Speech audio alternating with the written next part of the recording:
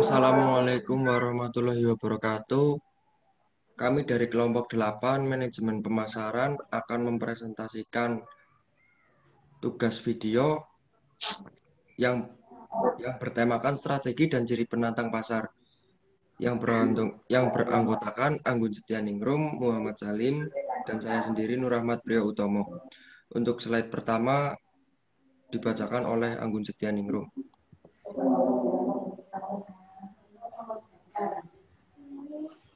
Pengertian penantang pasar adalah perusahaan yang berjuang keras untuk meningkatkan pangsa pasarnya dan menggantikan posisi pemimpin pasar.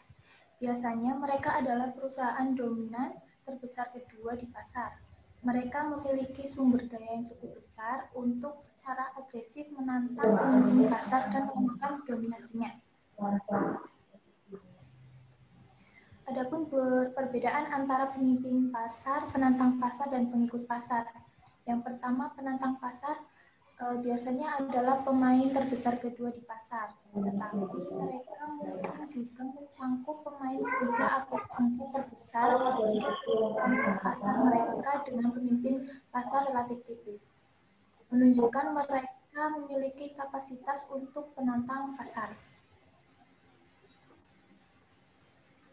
Yang kedua, pemimpin pasar atau market follower adalah merujuk pada perusahaan yang lebih membeli strategi akomodatif dan strategi menyerang.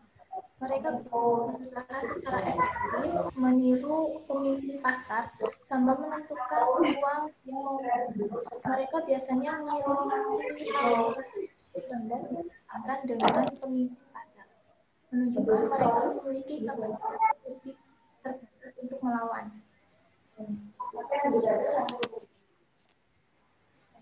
Pengikut pasar mungkin sedikit mendiversiasi produknya, atau mereka menawarkan produk yang mirip dengan produk tapi jualnya di pasar berbeda. Yang ketiga, pemimpin pasar. Pemenang persaingan di pasar yang menjual produk atau jasa yang sejenis. Perusahaan yang memenangkan persaingan produk atau jasa yang sejenis di pasar tersebut disebut pemimpin pasar atau market leader. Posisi sebagai pemimpin pasar akan mempengaruhi harga yang paling banyak dibeli di pasar. Karakteristik penantang pasar.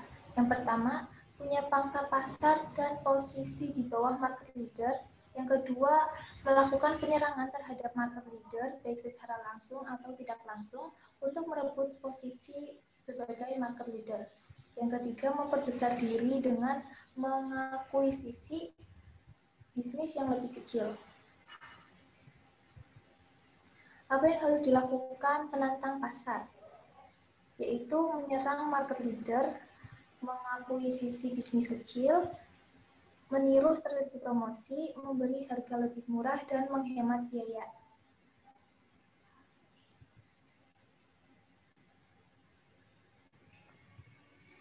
Menyerang market leader secara langsung atau tidak langsung, mengakuisisi bisnis yang lebih kecil, meniru strategi promosi yang dilakukan oleh market leader, memberikan harga yang lebih murah daripada market leader, dan melakukan penghematan biaya supaya marginnya terjaga.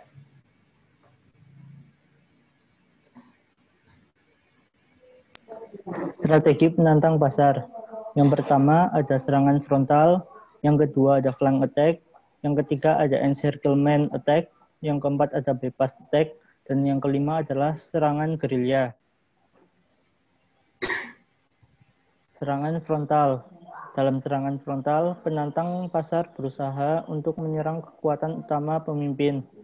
Perusahaan melakukannya misalnya dengan menawarkan harga yang lebih rendah, produk yang lebih berkualitas, iklan yang agresif, atau kualitas layanan yang lebih baik kepada pelanggan. Karena melakukan secara langsung, penantang pasar memiliki peluang besar untuk menang atau kalah.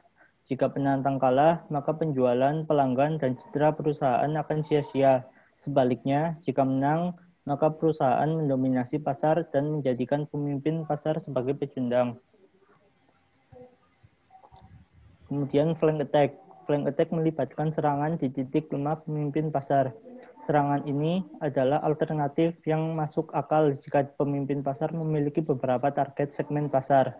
Dalam kasus ini, penantang pasar mengidentifikasi segmen dalam kasus ini. Penantang pasar mengidentifikasi segmen-segmen spesifik di mana pemimpin pasar tidak mendominasi.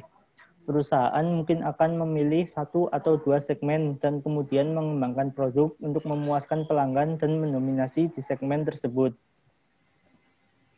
Dalam kasus ini, penantang pasar mengidentifikasi segmen-segmen spesifik di mana pemimpin pasar tidak mendominasi. Perusahaan mungkin akan memilih satu atau dua segmen dan kemudian mengembangkan produk untuk memuaskan pelanggan dan mendominasi di segmen tersebut. Kemudian encirclement attack. Encirclement attack lebih berorientasi jangka panjang. Di bawah pendekatan ini, penantang pasar mengkombinasikan serangan frontal dengan flank attack. Pada awalnya, penantang pasar membangun dominasi di segmen pasar, di mana pemimpin pasar lemah. Setelah sukses dan mendominasi segmen tersebut, perusahaan menargetkan segmen lainnya dan berusaha mendominasi mereka. Jika sukses, penantang mulai menyebar serangan secara langsung untuk seluruh pasar.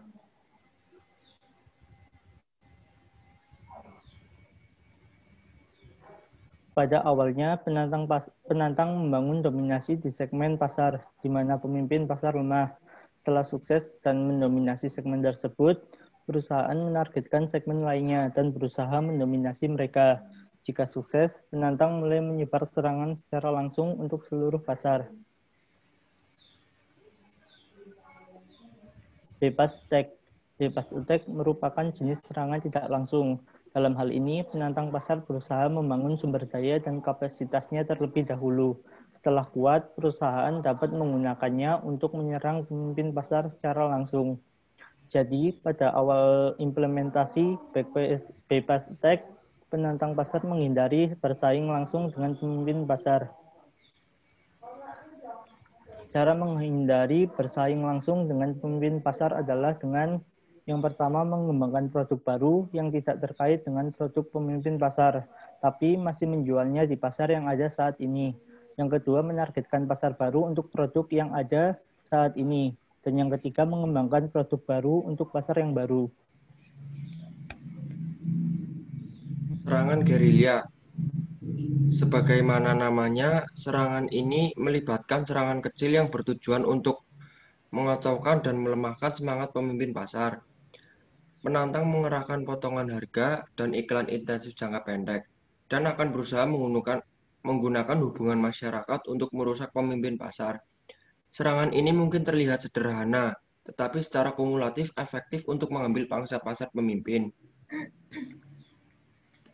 Serangan gerilya berbeda dengan flank attack atau encirclement attack karena penantang pasar tidak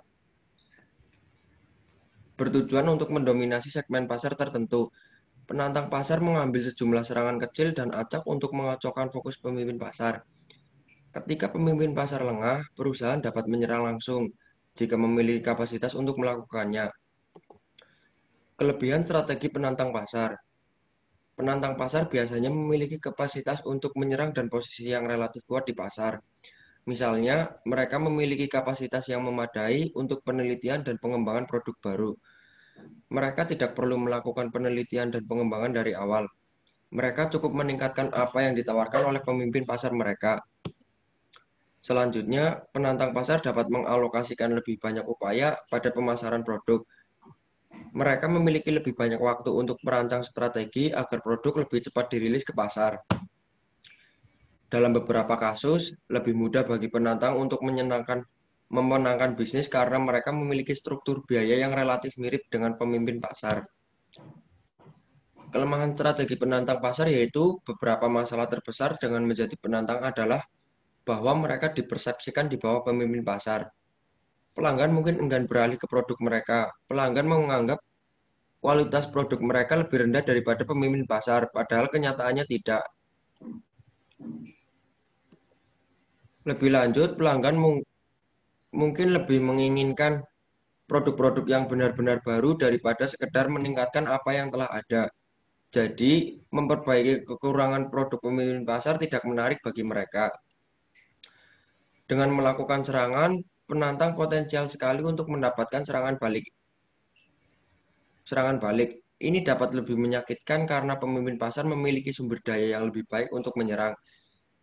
Serangan balik bisa saja membuat posisi penantang jatuh, dan akhirnya penantang pasar harus rela posisinya digantikan oleh pengikut pasar. Sekian dari kelompok kami. Jika ada kesalahan kata yang kurang berkenan, kami mohon maaf. Terima kasih. Assalamualaikum warahmatullahi wabarakatuh.